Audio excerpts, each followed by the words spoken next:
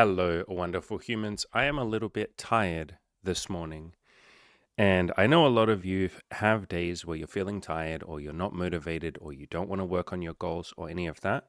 And I'll walk you through a little bit of what I did this morning, which is what I do every time my brain is telling me I'm too tired to work on my goals. I'm too tired to take any action. I'm tired and I want to just not do anything. So what I do is I say to myself, okay, I'm tired or I'm not motivated or whatever it might be. I don't have to do anything. And then I go for a little walk and I take a little break and I don't put pressure on myself and I don't tell myself that I should be working harder. I don't use guilt and shame to try and motivate myself. I just say, okay, I'm tired. And I take a little bit of time to chill. I went for like a 15-minute walk this morning when I woke up. And then when I'm feeling a little bit more relaxed and I've taken off all that pressure to be productive or to achieve big things or to do something, I then say to myself, okay, what would I like to do? And this morning, the answer that came up was, I think I would like to record some content. I enjoy talking to you guys and girls. I enjoy helping people with their questions and comments and struggles and all of that. I like moving things forward with the business and with coaching and with the content and the channel.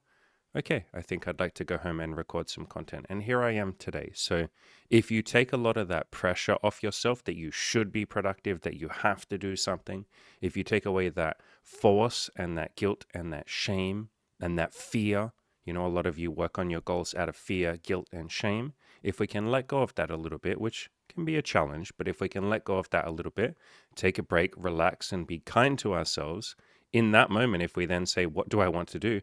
Half the time, the answer is, I want to record some content, or I want to go outside and talk to people, or talk to women, or I want to work on my business, or I want to go to the gym. A lot of the time, you want to work on your goals, but you've just been using force and guilt and shame and fear. All right, let's get into answering some questions. And we'll probably make an entire video just out of this question, because this is a pretty good question and one that I have a lot to say on. So Emap Me says, I'm curious, how big of a role do you think in a game? And when he says in a game, we're going to define that in a second, because a lot of you might think, what the fuck is in a game? And even me, when I see that word, I don't fully know what you're referring to, Emap. Like, it's a very general, vague thing, but we'll define it in a little bit. How big of a role do you think in a game plays compared to looks when it comes to how attractive you are to women? For those of us who have maxed out our looks, would we still benefit a lot from improving things like self-esteem, self-love, and mental health in order to be more attractive to girls? Yes.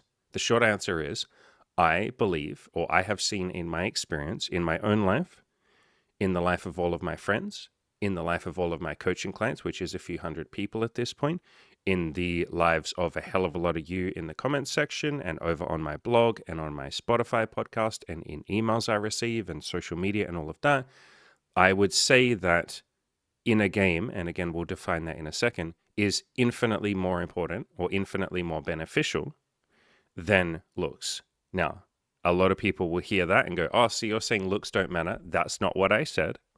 Looks are incredibly useful. And when we say looks, if you were born not very attractive, that's okay. There's a lot you can do to improve your looks, improve your confidence, all of that sort of stuff. But I would say the mental health stuff and the self-esteem, the self-love, and those three things are infinitely more helpful than looks. Looks will get you so far, and looks are incredibly helpful. Like improving your looks and dressing better and grooming and all of that, taking care of your appearance. But it's what's on the inside that shines forth. If you max out your looks and you look really amazing, you hit the gym for a couple of years and you dress amazing and all of that, but you fucking hate yourself, then you won't go outside and talk to as many women. You'll talk to a few and then you'll give up. You won't have any resilience. Anytime a woman says, oh, thank you for hitting on me, you're really attractive and you seem really cool, but I have a boyfriend, you will take it to heart. And I've worked with a lot of people. There are a lot of you in the coaching, in the comments. You can tell I'm tired, can't you? There are a lot of you in the comments who get very, very, very, very hurt, like personally hurt, personally destroyed if a woman says, I have a boyfriend. And that's the self-love and the self-esteem stuff. And there are a lot of things we can do to improve our self-esteem and self-love. Probably the best place to start with is this, my Play to Win video course. I made an entire course on improving your mindset, like literally an entire course on what you might call inner game or the mental health, self-love, self-esteem side of things. If we're talking specifically about relationships or dating, I would grab a copy of this book as well. It's called I Need Your Love, Is That True? By Byron Katie. This talks a lot about self-esteem, self-love, putting yourself first, not relying on other people in order to make you happy and all of that sort of stuff. It teaches you resilience and stoicism as well. She is basically a stoic. But yeah, I've just worked with so many people that really don't like themselves, like they don't have that self-love or self-esteem. There's a couple of people in the coaching program recently that came to us with maybe not the most healthy self-esteem or not a lot of self-love. And these were guys that were more than attractive enough to have lots of women. They'd worked a lot on their appearance. They had put so much effort into maximizing what they'd gotten, and they did a really good job. They looked really good. Like these guys looked really, really, really good. But every time they would walk up to a woman and hit on her, they would feel really down if things didn't go perfectly, to the point where they would sometimes self-sabotage because they secretly believed no woman will want me, no woman will ever love me, I'm never going to be good enough, and yeah, I've improved my looks and all of that, but it's not enough. And so they would walk up to women and hit on them, and then she would say, yeah, I'd love to go on a date with you, but I don't give out my number. Is it okay if I give you my Facebook, or is it okay if I give you my Instagram? And the guy would be like, nah, there's no point. Like, what's the point? If you're not going to give me a number, don't bother. And he'd walk away. And in other conversations, he would get a phone number and then he'd text her and he'd be like, hey, like, let's grab that drink. And she'd be like, sure, that'd be great. And then he'd go, well, she said the word sure, and that's not really excited. If she was excited, she would have said, fuck yes. And so I'm not going to bother texting her. And quite a few times they were sort of self-sabotaging and just not really trying because deep down they didn't believe that they deserved love from someone else. They didn't deserve, or they believed they didn't deserve happiness. They believed they didn't deserve sex and relationships and all of that. And I see that a lot. I've worked with quite a lot of people with that sort of room for improvement where it comes to self-esteem and self-love. So you can kind of think of it like this. To answer your question, EMAP me, is improving your looks beneficial with dating?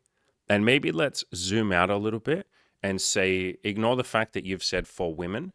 Like if I'm a man trying to date some women, ignore that. Just say for human beings trying to meet each other in the context of friendships and dating, right? Is improving your looks helpful? Of course. There is a thing called the halo effect where if you improve your looks, more people just pay attention to you. It's like putting a nice cover on the front of a book. You look at the book in the library and you go, oh, that's exciting. Let me look a little deeper. Now, looks are not everything. If you had a really fancy book cover, but the contents of the book were just not that interesting, then some people might buy it, but a lot of people would get a couple of pages into the book and go, oh, I don't like this. And so the same thing with humans.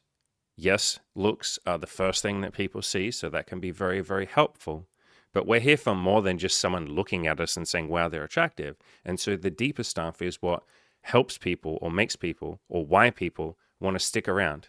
It's for that deeper shit. It's your self-love, your self-esteem, and your mental health, and your hobbies and all of that. I talked about all of this a little bit in a video that I did recently.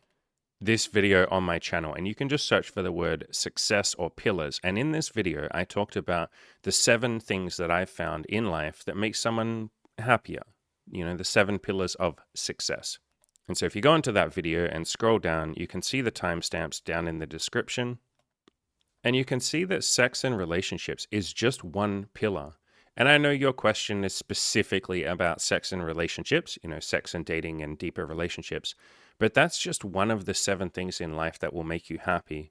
And so we can kind of zoom out a little bit from your question and say, yes, looks are incredibly beneficial and helpful, like maximizing your looks, working with what you've got and then improving it. Yes, that's incredibly helpful in sex and relationships.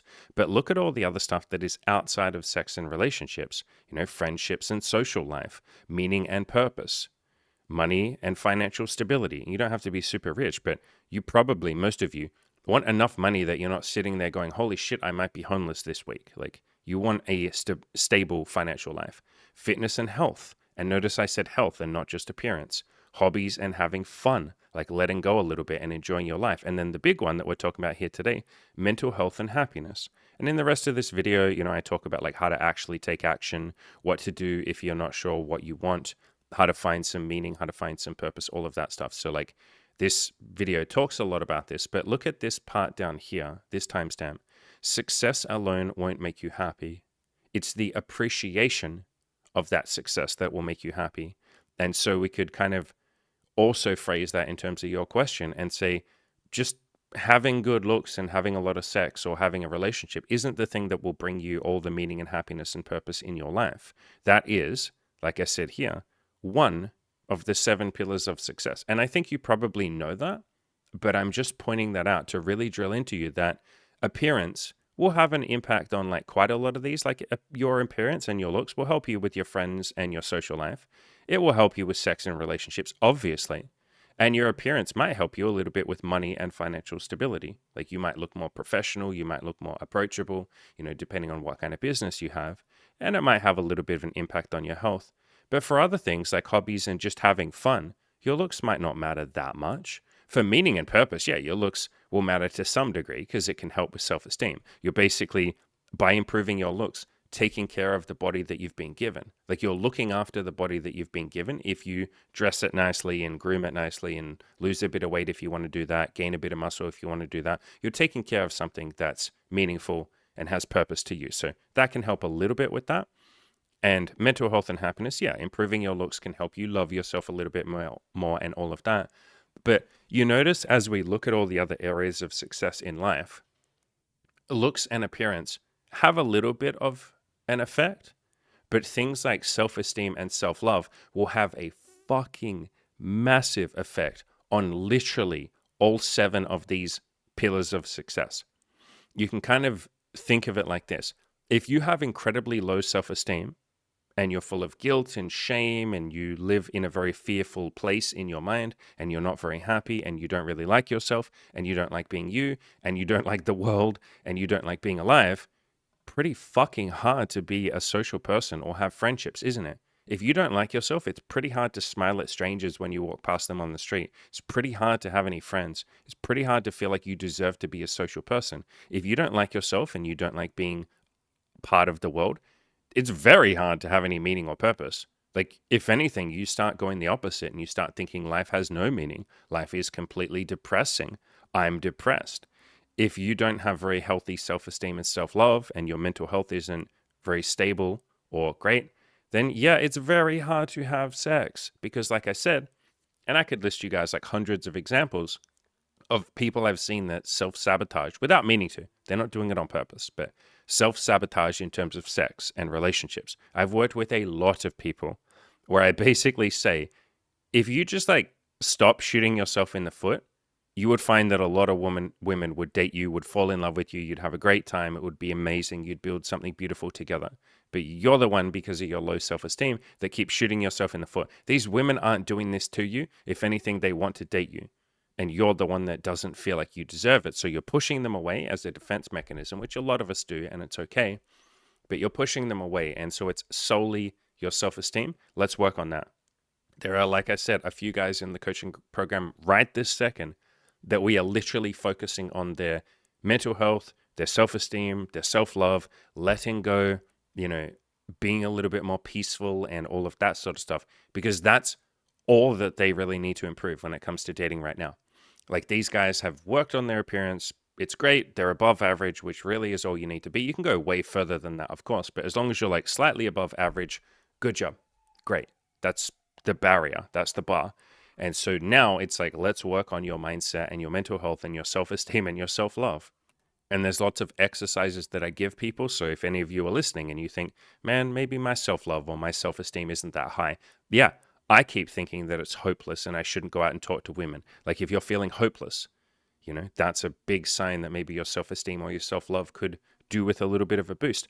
If you're feeling that way, or you find yourself self-sabotaging or not trying at all, then sit down, spend a bit of time with this, write a list of 50 things about yourself that are likable. 50 reasons why someone might want to date you, or 50 reasons why you don't even need someone to date you. You're okay as you are right now. And your brain might resist that and say, no, there's nothing likable about me. There's definitely nothing lovable about me, but just stick with the exercise. It's okay if it takes you a couple of months or a fucking year to come up with 50 things. You just slowly work on this list over time, and you're basically building your self-esteem. You're showing yourself that there are things about you that are likable or lovable, and that you are worthy of liking and loving yourself, because it's got to start with that. That is the entire point of this book, is how to give yourself love and how to say, you know what, I do deserve to be happy. I am allowed. It's really just permission. I'm giving myself permission to be happy, because if you don't like yourself, why the fuck should anybody else? You're basically asking other people to do something that you're not willing to do yourself. And that, by the way, is how, I don't know, like 50% of the population on the planet, maybe 70% of the population on the planet lives. They don't fully love themselves. They don't really like themselves in some cases. And then they expect that some partner or some other person is going to fill that hole in their heart. They say, I need my soulmate. I need my better half. I need my, the person who will complete me. I don't really like myself, but someone else should. I'm not willing to do that. I'm not willing to love myself, but somebody else should fucking do it. Like, it's somebody else's problem. I don't love myself. I don't think I'm worthy of love, but someone else bloody well should. And so we put that burden of love, that void in our heart, we put that on someone else in a lot of cases. I'd probably say like 70% of the population on the planet believes that to some extent, that someone else has to complete you and that you can't be okay without a partner in your life or without someone else to make you happy. But it's like, no, if you want to be happy, that's your job. That's not someone else's job. Why would you expect someone else to do something that you're not willing to do yourself? So you can see how sex and relationships require self-love. And I'm telling you, as someone who's been in a relationship for 6.5 years now, relationships absolutely require some self-love and some self-esteem and some relatively stable mental health. Like, abso-fucking-lutely. Again, the book that helps the most with this is I Need Your Love. Is This True? This is like the best book I've ever read on relationships. My Play to Win video course also covers the same thing. And then if we're talking about mental health and self-esteem and self-love, it's really hard to build a business or progress in your career or even just hold down a job if you really don't have good self-esteem and self-love. If you don't think you're worthy of being financially stable, then you won't be. And this is what you realize when you go and talk to a lot of homeless people. If you spend a bit of time with some homeless people and talk to them and ask them their story and sit with them for half an hour or so and listen to them and share with them, what you find is every single fucking one of them, with a couple of exceptions, but let's say like 97% of them, do not believe that they deserve to be financially stable. They do not believe that they deserve to be happy. They do not believe that they deserve to have what the rest of us have. And now, they do deserve those things. Every human being does, but they don't necessarily believe that. And so if you don't have self-esteem and self-love, it's fucking hard to hold down a job. It's really fucking hard to go to work every day because you think you don't deserve to be there. You think you're not good enough. You think you're just going to eventually fuck up, and so you may as well just quit right now and not even try and all of that. Like, you have that feeling of internalized hopelessness, a deep hopelessness. In terms of self-esteem and self-love, if you don't have those things, like if you don't love yourself or you don't feel mentally stable, it's very hard to have decent fitness and health. It's very hard to go to the gym. It's very hard to look after this body if the mind isn't right. If the mind isn't feeling good, then the body won't be very good either. Like, you just won't look after yourself. In terms of having fun and hobbies and letting go a little bit and enjoying life, then yeah, it's really fucking hard to do those things if you don't have self-esteem and self-love. Like, if you don't like yourself, you're not going to have fun. Like, you don't want to have fun. The idea of fun is weird. And when I was very depressed and suicidal, when I was like 14 to about, 20, 21, 22, around that age range, I didn't want to have fun. And anytime I would have fun, I would then almost like chastise myself and be like, why the fuck are you having fun? Life is supposed to be suffering. Plus, you're such a piece of shit. You don't deserve to have fun.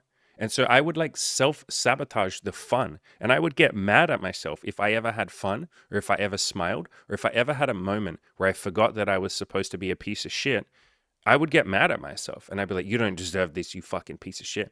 And then I would almost like lower my own self-esteem and hurt myself. Like, I would literally sometimes physically hurt myself, often verbally and mentally and emotionally hurt myself, because I was like, I don't deserve this. And so if you don't have healthy self-esteem and self-love and mental health and all of that, the inner game stuff that you're talking about, then yeah, you won't have fun. You won't participate as fully and open-heartedly in your hobbies. And then the final one, well, this is just what we're talking about anyway. You won't have that beautiful mental health, that happiness, that peace, that love, that joy, all of that stuff, if you don't have healthy self-esteem. And so to come back to your question, I know your question was specifically regarding women, like, and dating, like sex and relationships, but there are so many more things at play here, my friend. And I know you know that, but again, improving your looks has quite an effect on your sex and dating life and relationships. Of course it does. Like, it's very helpful. It has a little bit of an effect or a decent effect on your friends and your social life. It has a pretty solid effect on business and all of that, of course. Like, if I showed up here disheveled and look like I haven't shaved in like 6 months and like I haven't had a shower in 6 months, then yeah, you might be like, Andy, are you okay? Is everything okay, brother? And you might not be as willing to come to the coaching program and give me money to someone that looks like they haven't showered in 6 months. Yeah. And so it has a bit of an effect. But when we're talking about the self-esteem and the self-love stuff, that has a massive effect on literally your entire life. And so you can kind of zoom out a little bit from your question here and say, like I said, there are bigger things at play here. Yes, looks help. Put that out there. That's very freaking obvious. I think we all know that. But they're not as impactful as working on that self-esteem and that self-love and that mental health. And you really understand this if you're someone who has been through the journey of, like, I say this at the start of a lot of my videos. I went from depressed and suicidal to living a life of abundance and joy. If I can do it, you sure as hell can too.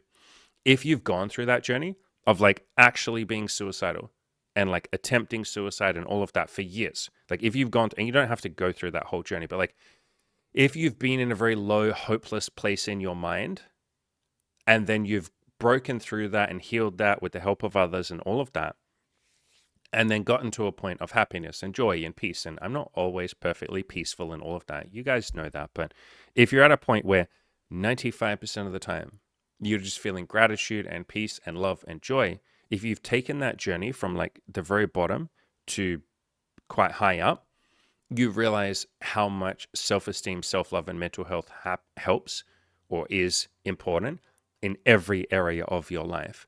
And then if you've also been through the journey of improving your looks, and I'm not the most attractive person on the planet, obviously, none of us are. There'll be one person on the planet who's the most attractive person on the planet, but even then, probably not, because that's just a subjective judgment. But I have improved my looks enough. And going through that journey, that was like 5%, 1% as impactful as improving my mental health. And now a lot of you already have somewhat okay self-esteem, somewhat okay self-love, somewhat okay mental health. And so for you guys and girls, improving that, it'll have big impacts on your life, of course. But it might not be the massive jump from like, I went from hopeless and depressed to like super happy.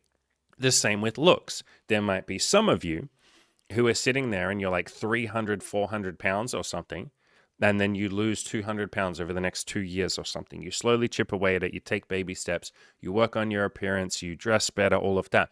That might have the most incredibly massive effect on your life. And so the question kind of depends on where your starting point is and where your finishing point is. Or you probably won't finish. You'll be working on your self-love, your self-esteem, your happiness, and all of that for the rest of your life. Probably be putting effort and love into your appearance for the rest of your life, right? But it depends on the starting point and the finishing point, And so if you're someone that has a lot of room for improvement with your appearance, then yeah, work on that. That'll help you. But I would be working on the self-esteem and the self-love and mental health stuff as well. And if you're someone that has a lot of room to improve with your self-love, then that would be something I'd work on. And I would just say this here. I will say 97%. We could also look at this. 97%, maybe 99% of people on the planet have massive room for improvement with self-esteem, self-love, and mental health. Like, that's why I made the Play to Win video course, because the vast majority of human beings on the planet do not have a play to win mindset. Like, they just don't. A lot of the stuff that's in this video course is like insane for the average person to think about. Like, when I tell it to average people, they're like, holy shit, that's like life-changing. And it's like, yeah, you were spending your whole life not knowing this thing existed, this mindset existed. I was the same. And so what I'm trying to say here is I think most people on the planet and most of you listening have more room for improvement, like more benefits to gain when it comes to your mindset, your self-esteem, and your self-love than your appearance. Work on your appearance as well, work on all of that stuff. But I would say the quote inner game stuff is way more applicable to more of you listening. I can't say that for all of you because I don't know all of you, but I would say this is way more important. If you want a litmus test, you can go into the bathroom, go to wherever you have a mirror, look into your own eyes for about 10 or 15 seconds, and then say, I love you. And if a big giant smile comes on your face, then congratulations, your self-esteem and your self-love is pretty decent. Good job. Like, that's fucking incredible. That's really rare. But if you look into your own eyes for 10 or 15 seconds and you say, I love you, and then you look away or you just can't do it at all, or a lot of thoughts come up, like you're like, I don't deserve love, or this is weird, this is gay, why am I doing this? This is stupid. If any of those thoughts come up, that is a very big indication that there's room for improvement when it comes to your mental health. And I said before, most people and most of you listening don't necessarily live your life in this sort of like play to win mindset way. And that's okay. It's something that you improve. It's something that you learn. It took me quite a lot of years, like a lot of years, and a lot of books and a lot of coaches and a lot of effort. And basically, it was my full-time focus to improve my self-esteem, my self-love, my mindset, to basically go on this journey of almost enlightenment, I guess you could call it. That's kind of my goal. But if you look at the Play to Win video course, the table of contents, you can kind of think about this, like how many of these are you currently like living your life by? Not just you do them sometimes, but like literally this is how you live your life. Like, do you have a growth mindset? Are you constantly thinking, I can improve, I can learn, I can grow, I can evolve? Is that just like all throughout your entire life, like with everything? Like you never get stuck on a problem. As soon as you see a problem, you're like, great, I can improve this, or I can let go of this and find some peace in, meditation and just be chill about it. I can do something about it. Like, do you have that mindset with fucking everything? Or are there things in your life where you just think it's fixed, it's stuck? Like maybe your job isn't what you want it to be and you go, whatever, it's just, I have to work this job. Like, are there things that you're fixed in your mind, in your life? Or is everything in your life improvable in your own mind? And so most of you listening, no, you don't have a growth mindset on everything. And that is not a criticism. I used to, for the longest time, have a fixed mindset on fucking everything. That's why I was depressed and suicidal. And even recently, like a couple of years ago or a year ago, there were lots of things that my mind would tell me is unfixable. There's nothing I can do about it. It's hopeless, blah, blah, blah. So for a lot of you, you'd benefit from working on that. So that's a giant area for improvement that would have positive, massive effects on literally every area of your life. Similar to that, are you in every area of your life playing to win instead of trying not to lose? I would just say like 99% of you, again, this is not a criticism.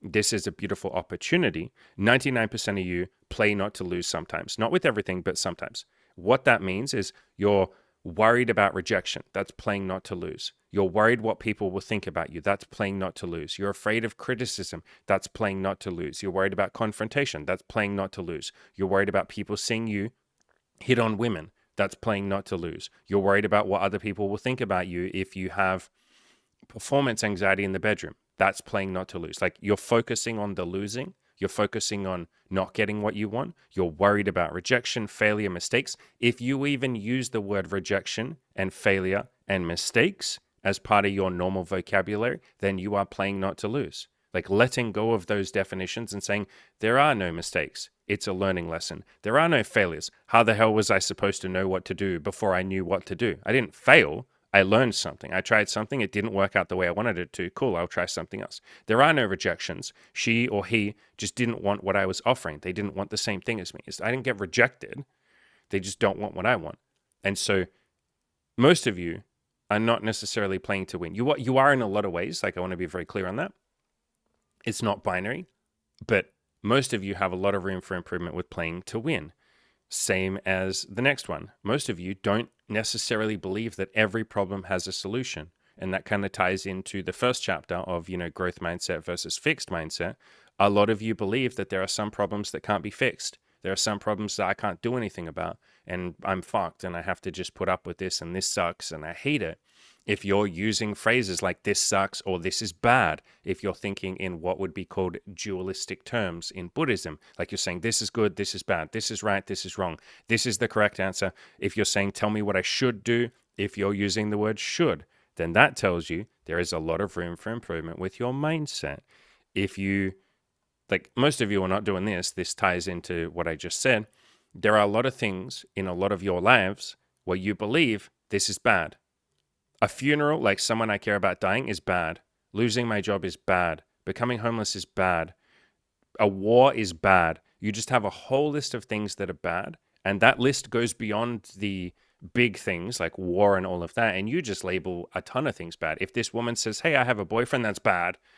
If I go out and I'm feeling a bit awkward when I hit on people, that's bad. If I'm on a date and there's a silence, it's awkward and it's bad.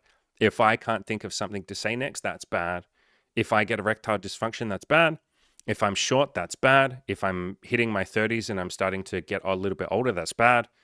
If I don't have a partner, that's bad. Like there's just so many fucking things in your lives. This is just the human condition. Our brains want to label things as good versus bad. And when we do that, we miss all the nuance. We miss all the gray area. We're making it so cut and dry. In psychology, they call this black and white thinking. You're saying this is good, this is bad, this is black, this is white. Life is more shades of gray. There is more context than just this is bad. And so most of you aren't even thinking that like, wait, some of this shit could be good. And so if you live a mindset or live a life where you go around saying, you know what, maybe this is going to be good. Maybe there's a chance that this thing that I'm saying is terrible and I can't believe this happened to me and it's not fair and it's awful. Maybe there's an opportunity for this to bring some good into my life. If you live your life in that way, holy shit, welcome to enlightenment. That's a fucking peaceful, beautiful life. If you walk around saying, maybe everything that happens to me serves a purpose. Maybe it will benefit me in some way that I can't see yet because I'm so quick to judge and say this is bad. But maybe if I just shut up for a second and actually waited, this might turn out to bring some benefits into my life. And maybe I might even be able to say, hey, this is good. And good is just another label like bad. But at least when you say that label, man, beautiful miracles come into your life. You get beautiful things when you go around saying, you know what, maybe everything is good. Maybe it's all good. Maybe there is no bad. And that's just my brain labeling things. So most of you have a little bit of room or a lot of room for improvement there. In terms of this one here, most of you live your lives in fear with limiting beliefs and full of self-doubt. And that's okay. I have a shitload of fear, a shitload of limiting beliefs, and a shitload of self-doubt. I just don't believe them. I hear the self-doubts and I'm like, well, that's okay. I've always had doubts. I hear the limiting beliefs and I'm like, well, I don't know if something's possible or not. My limiting belief says it's not possible, but how the fuck would I know? So I'm just going to set that limiting belief aside for a little bit and just take action. Whereas a lot of you hear your fears or your limiting beliefs or your self-doubt and you just believe it automatically. You're like, no, but I am short, so therefore no women would like me. It's like, okay, great. Like, I guess you just know everything then. Or I am old. I'm in my 30s or 40s, so it is too late for me. Okay, I guess you just believe the limiting beliefs and the self-doubts in your head automatically. And so a lot of us will have room for improvement with that. Resilience, when you have a so-called failure, and I literally talk in this chapter, there are no failures, but I'm going to use the word failure because a lot of you like that word. A lot of humans like that word. But when we have a setback or we have a little bit of stress or we have some emotions, are we resilient? Are we stoic? A lot of us will have a lot of room for improvement there. We go outside and we talk to a woman and we say, hi, you're pretty. She says, I have a boyfriend. And we go, no. And again, it's okay to have emotions. I'm not telling you to be some cold, emotionless robot, but we feel the emotions. We process them. We talk to our friends about them. We learn to work through them. We learn to let go of them. And then we slowly build that resilience and stoicism. A lot of you are not as resilient as you will be in the future. I'll phrase it like that. A lot of you have a lot of room for growth with resilience. I still do too. Like, congratulations, we're all on this journey together. But a lot of you have a lot of room for improvement there. This one's a big one. A lot of you have a massive room for improvement when it comes to the stories that you tell about your life. It's kind of similar to this previous chapter of everything that happens to me is good, or I could say that it's good. I could tell the story that it's good. And so a lot of you go around telling stories that don't really serve you. You say, this is bad, this sucks, this is awful, it's never going to work for me. I'm going to believe all of my limiting beliefs and my self-doubt. I'm going to give in to my insecurities and just not try. What's the point? Dating apps it's too hard to get laid on dating apps. It's too hard to meet people in person. Women don't like this, men don't like that. All men suck, all women suck, blah, blah, blah. And a lot of you don't realize that those are just stories that you tell. Like a lot of you share opinions all the time, and your opinions are just that. They're an opinion, but you state them as fact. I do the same thing sometimes. I try really hard not to, but that's the way our mind works. It hears its own opinion and it goes, well, that must be fact. What is the evidence that that's fact? Well, it was in my head, so it must be true. And it's like, what the fuck is that evidence? That's called self-referential or circular logic, self-referential evidence or circular logic. You're basically saying, I wrote down on a piece of paper evidence, and then I wrote all the evidence down. And so my evidence is that I wrote down on that piece of paper. And it's like, but you just made that evidence up. No, I didn't. It's on a piece of paper. It's real. And so we do the same in our mind. We're like, here's the evidence. It's the thoughts in my head. And you're like, but those are just the thoughts in your head. And it's like, yeah, but they're in my head, so they must be real. They must be true. Everything that's in my head is correct. Most people, if you listen closely, when they state an opinion, especially about politics and stuff like that, holy shit, they will state their opinion as if it is a fact. They will say, no, abortion is the worst thing ever. And then the other side will say, no, abortion is literally like cool and awesome and you're a piece of shit. And then they'll go, no, your politician is actually literally Hitler. And then the other side will go, holy shit, you're wrong. Your political candidate is literally Hitler times 5. And then the other person will say, well, yours is Hitler times 7. Well, yours is Hitler times infinity. Well, yours is Hitler times infinity plus 1. And you have final say, you can't say anything after that. And so most people will state their opinion, especially in politics, as a fact, and they don't realize that it's just a story that they're telling or a way of viewing things. And we could frame them in another way, or we could rewrite that story. So most have a lot of room for improvement there. The map of consciousness, hierarchy of emotions. How many of you even know what that is? And if I click on that and show you, actually, I'll just show it here on the screen. So this is the map of consciousness. It's basically a listing of the emotions that we feel as human beings, or the categories of emotions. It was made by a guy called David Hawkins, who was a clinical psychologist and sort of a spiritual teacher. And you can see down the bottom, we have the emotions that don't really help us that much: guilt, shame, apathy, fear, grief. I think it's pretty obvious that if you walked around feeling those emotions all the time, like you just felt guilty and ashamed of who you are, yeah, that's not going to be a very happy life. Probably not going to have a lot of dating and sex success. Versus if you're feeling the emotions at the top: peace, joy, love, reason. Reason is just logic and stoicism. If you're feeling those things, like you're walking around as a peaceful person, yeah, it's pretty fucking easy to walk up to people and be like, hi, you're pretty. Would you like to go on a date with me? That's way easier than if you're walking around ashamed of who you are as a human being. And so I have an entire chapter on this in the Play to Win video course, where I talk a bunch about this and about how to move up the map of consciousness. And again, to put the map of consciousness there on the side, you can eventually start practicing asking yourself, where do I think I am right now in this moment in time on this map of consciousness? Like if you're yelling at your boss or something, or you're getting butthurt about your boss, you can kind of pull out this map of consciousness. You can pull out my Play to Win video course, and I have the map of consciousness in there as well. Pull it up, or just Google it, and say, where do I think I am right now? Well, I'm clearly in anger, and I'm in pride. Pride is like ego and, all of that sort of stuff. I'm also a little bit in fear. I'm afraid that my boss will fire me. That's why I'm yelling at him. And you know what? I actually feel a little bit guilty too. I feel bad yelling at my boss. That's not a nice thing to do. It's not kind. I don't feel good about this. And so I'm feeling anger, pride or ego, fear, and guilt. Those are not very high up on the map of consciousness. And then I don't have to guilt trip myself for that. But how would I feel if I was at neutrality, which is, as you can see, in the middle of the map of consciousness?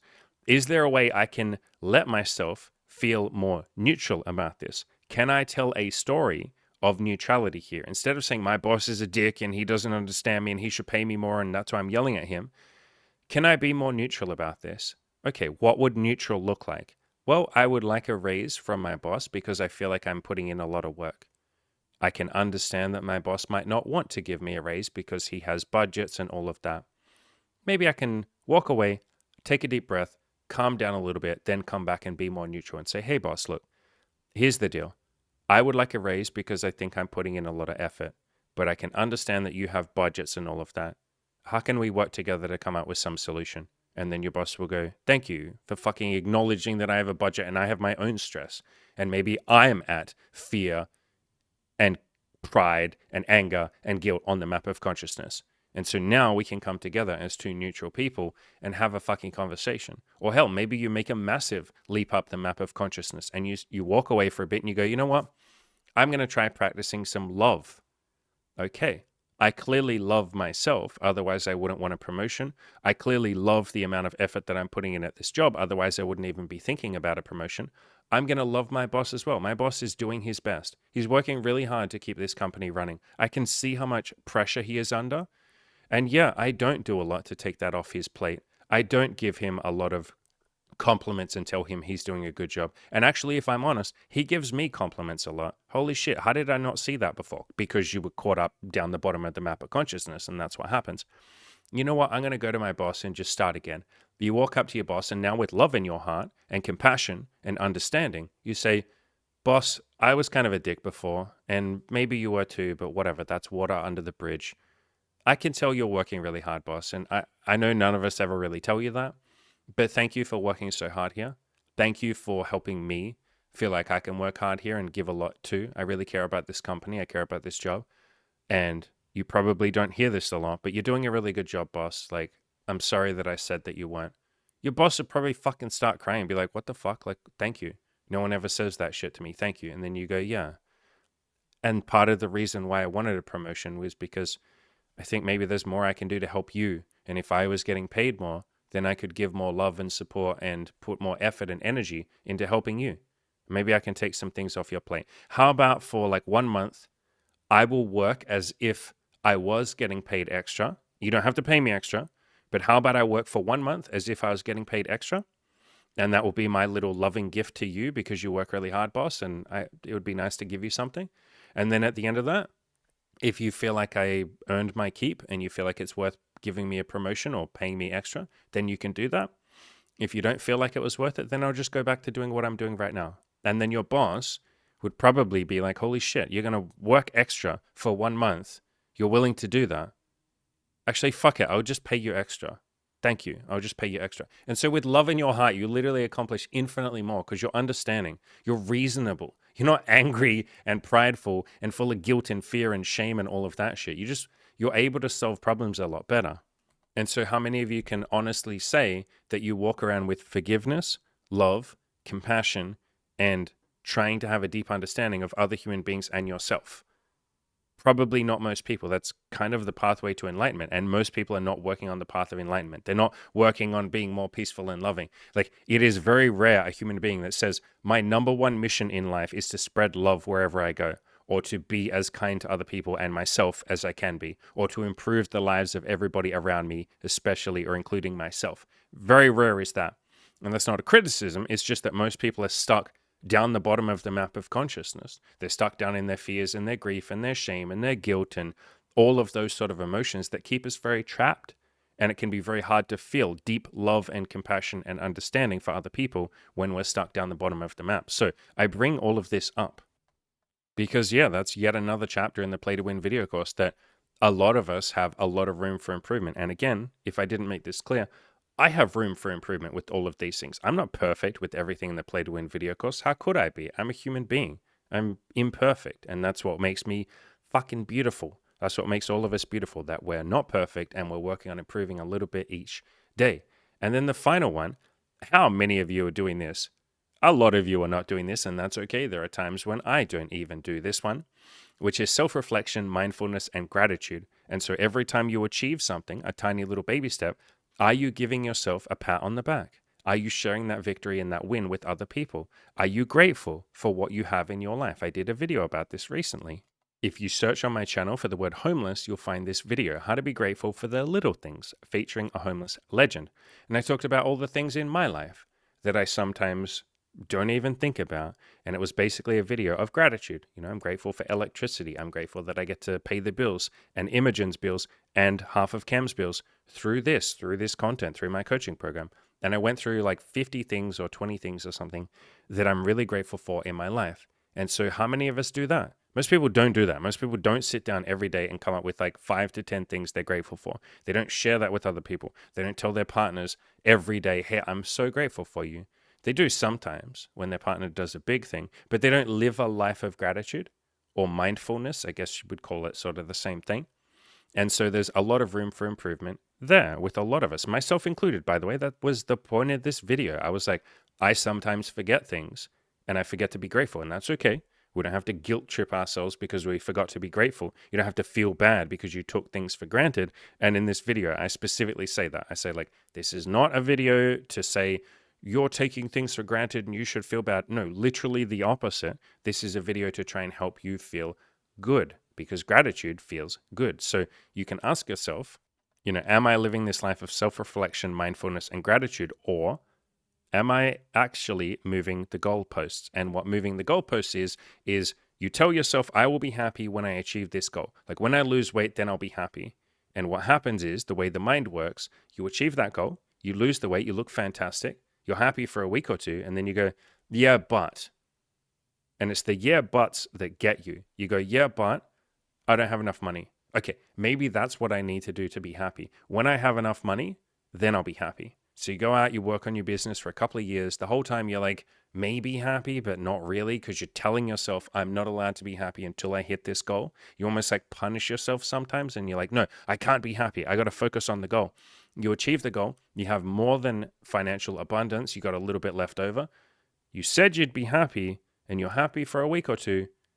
But then the yeah, buts come back, and you go, yeah, but maybe I need to be a millionaire, because now I go on Instagram and there's people that have millions of dollars and Lamborghinis and all of that shit. Maybe I need to do that. So you go make millions of dollars, you get a Lamborghini, and then you go, yeah, but, and it's those yeah, buts again. Yeah, but I know this guy who has a fucking 50-foot, 100-foot yacht, and it's worth $50 million or some shit. Maybe I need that. And you keep doing that. Or you go to a different area in your life. You go, yeah, but my sex life isn't amazing. So you go out there for like 3 years, you work on your sex life, you have amazing sex, you have threesomes, you explore kink, it's wild. And then you go, yeah, but I don't have anybody to share all this with. So you work really hard, you get a girlfriend or a boyfriend, you build a family, you build marriage, all of that. And you go, yeah, but. And the yeah, buts just keep going forever. And at some point you have some realization that I have not let myself be happy. There is a book that talks about this. This book right here, which is one of my favorite books of all time. It's called The Top 5 Regrets of the Dying. And if you buy this book, I would listen to the audiobook. It's read by the author and it's so emotionally impactful. This is like an amazing fucking book. Like this book is mind-blowing. And one of the top 5 regrets of people who are dying, like people who are literally on their deathbed and they're going to die in the next couple of weeks or months, is I wish I had let myself be happy. That is like one of the biggest regrets that people have, because they spent their whole life moving the goalposts and saying, I will be happy when, I will be happy when, I have to work harder, I have to have more sex, I have to have more money, I have to have more friends, I have to have a better body, I have to do this, and then I'll be happy. And it's like, no, be happy while you work on those things. Like if you want a Lamborghini, beautiful. What an incredible feat of engineering a Lamborghini is. And it's so aesthetically pleasing. It's a genuinely beautiful car. So are Ferraris and all of those sort of things. They're all incredibly beautiful expressions of human creativity and engineering and science. And they're technological marvels and they're beautiful. Amazing. But be happy while you work towards that Lamborghini. Why can't you be happy while you go to your business and work 10 hours a day or 15 hours and more than that? Why can't you enjoy every second of that? You don't have to wait until you achieve your goal before you be happy. And so how many of you have room for improvement with that? And you can see with these chapters, so these are just, again, the chapters of the Play to Win video course. If you picked any of these chapters, any of these ones, and just lived your life according to that, that would be a beautiful life of abundance and joy. You can literally just pick any of these and live your life. I say that at the start of the thing, and that's what I've said to a few of my coaching clients. I'm like, pick whichever of these chapters really seems interesting to you. Like read through them all or watch the video. The video course is like, I don't know, 6 hours or something. Maybe less than that. I can't remember. Anyway, watch the video course. Play it on like fucking 1.5 speed if you want to, and just listen out for like, all right, which one of these chapters sounds the most interesting to me? And the one that sounds interesting to you, start living your life by that for the next 3 months. Just do it in every little thing that you do. So for instance, you could pick, like one of my favorite ones to pick is everything that happens to me is good. Go around your entire life, and no matter what happens, you say to yourself, you know what, maybe this is good. I don't know how yet, but there's got to be a silver lining here. There has to be some reason this is going to benefit me. Let me try and figure out what that is, or let me be patient and wait a week or two until my emotions have died down and I'm not so fucking emotional. Like when we say something is bad, we're saying that from a place of emotion. The person who is peaceful and happy and full of love and joy doesn't call things bad. It is literally only emotions that say this is bad. And so you wait a week, the emotion dies down, you're like, oh, that wasn't so bad. Why did I care about losing my job? I now have another job. Like a month later, after you lose your job, you won't give a fuck. Like I recently found out that my apartment, the apartment that I'm recording this right now, is not up for renewal with my lease. So I have to leave, or I'm going to leave in about a month after I record this. And my first thought, my brain was like, this sucks. And I took a deep breath and I was like, does it? How do I know it sucks? It hasn't even happened yet and I've already decided it sucks.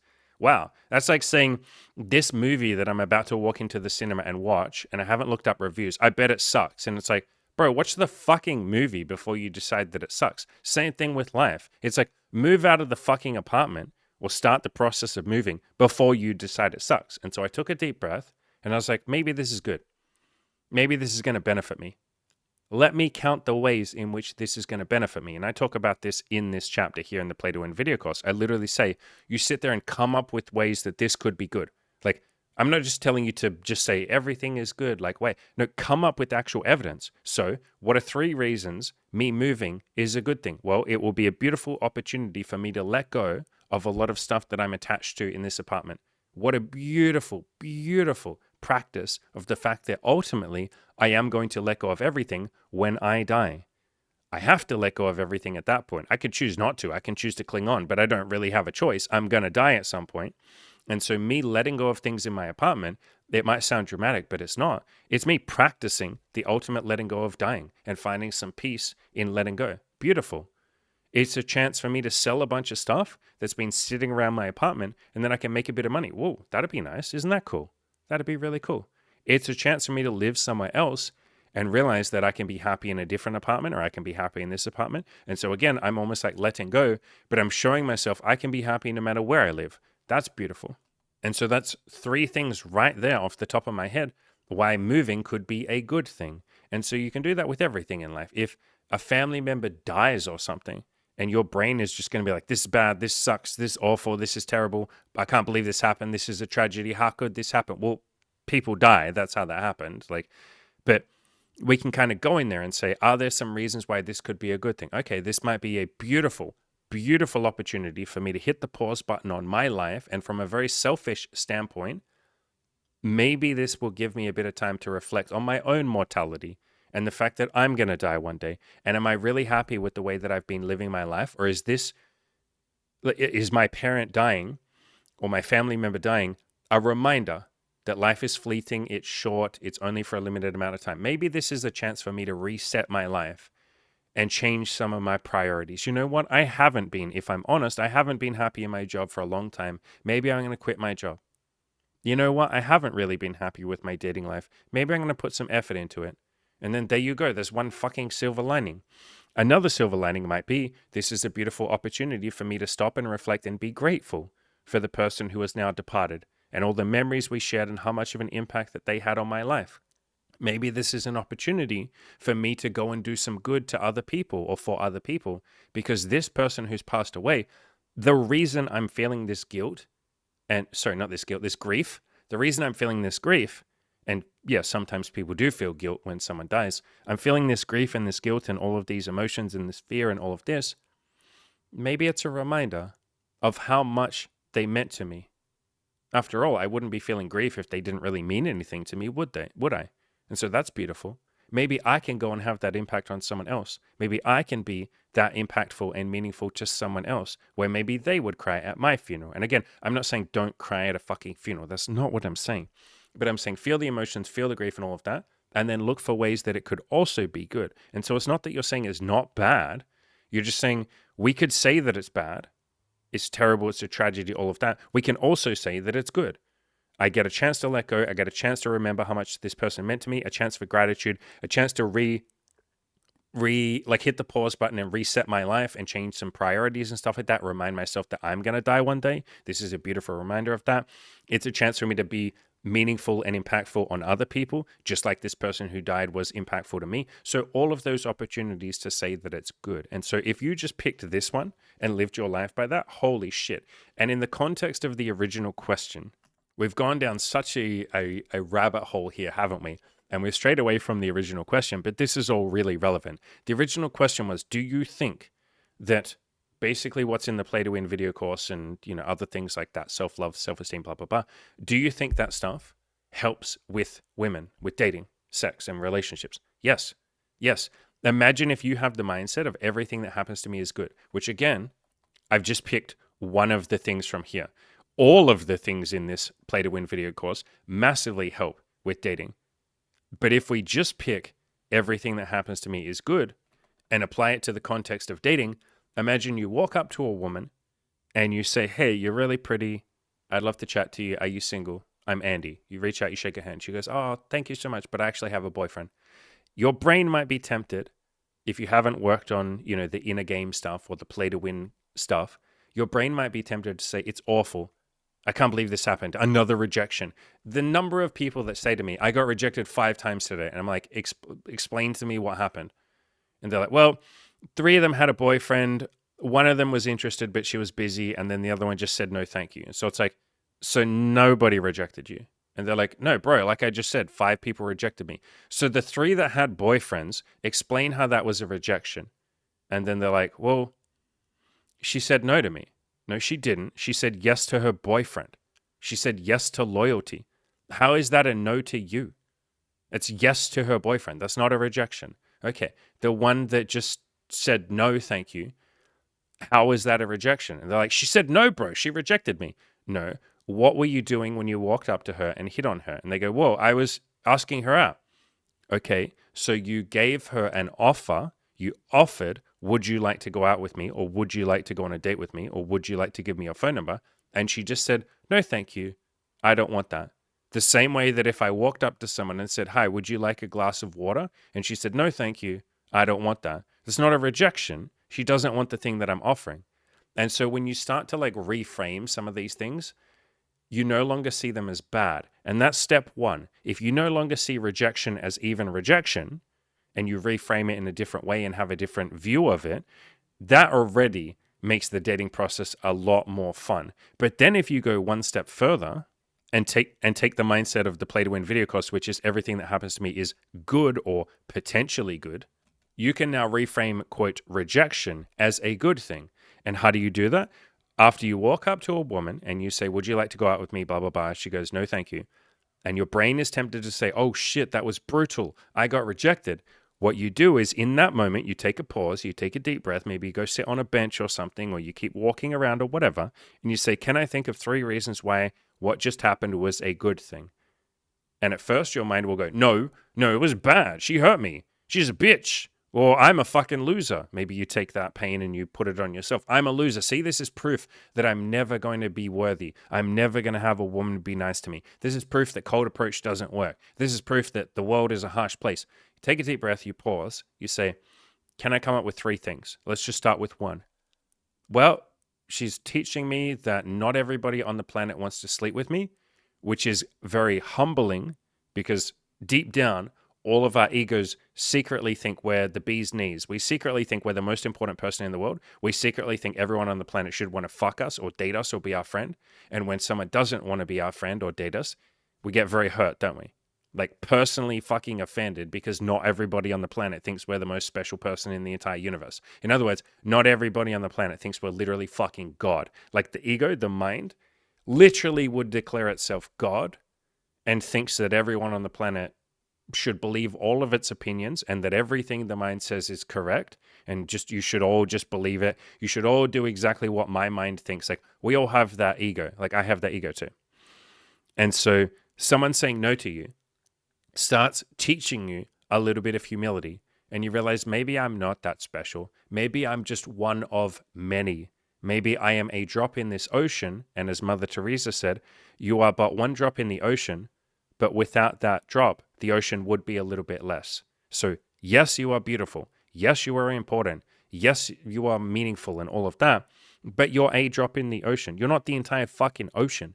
We often just go around saying, I am the whole ocean. The ego would call itself the entire ocean and be like, everyone else isn't even anything. I am the most important, and you all are just puppets in my life. That's what the brain, my brain included, is tempted to do a lot of the time. And so, congratulations, you just learned a bit of humility in being told no.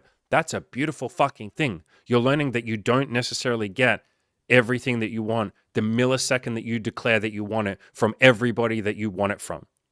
Number two that it's teaching you is a little bit of resilience and stoicism, because what will happen is if you haven't had a lot of experience with hitting on people, you'll go out there, you'll do it. Someone will say no. You'll be really hurt. You'll be really sad. You'll literally think it's the end of the universe. You'll be like, holy shit, the world is ending. I can't believe someone said no to something that I offered. This is awful. You'll sit down. You'll feel terrible. Maybe you'll go home. You'll cry. I went through this process. I cried a whole lot of times when I first started approaching people. I felt like this is brutal. This is bad. This is awful. I can't believe this happened. You process the grief, you process the emotions, you let go of them, you talk about them with friends. You're welcome to come to my coaching program and we'll talk through all of this with you. I promise we'll be very compassionate and loving and accepting and all of that. But you talk through it, you process it, and then either the same day or the next day or a week later, you suddenly have this epiphany. I don't care. I don't care that she or he said no to me. There's more people out there. There's more fish in the sea. And I can be okay by myself. Okay, maybe I'll go talk to the next person. And then you go talk to the next person. And so her saying no to you is teaching you the process of my emotions don't have to mean the world is ending. She's literally teaching you emotional resilience. She's teaching you stoicism. By saying no to you, she's giving you the most incredible fucking gift. She is making you stronger.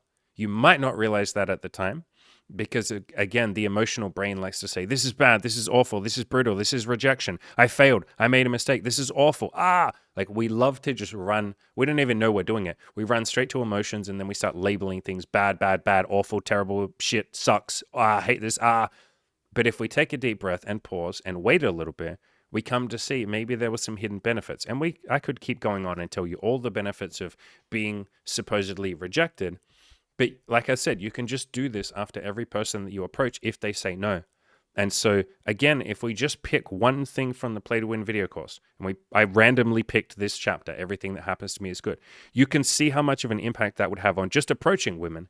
Now imagine believing everything that happens to me is good when it comes to dating them. You go on a date, after which she says, hey, I wasn't feeling the chemistry. Your brain is tempted to say awful, bad, terrible, sucks. And a lot of people do that. And then they feel hopeless and they don't want to keep approaching. They don't want to keep dating. And then they kind of give up, or they don't try as hard, or they don't go on as many dates. They don't play the numbers game as hard. And so they don't have as much results.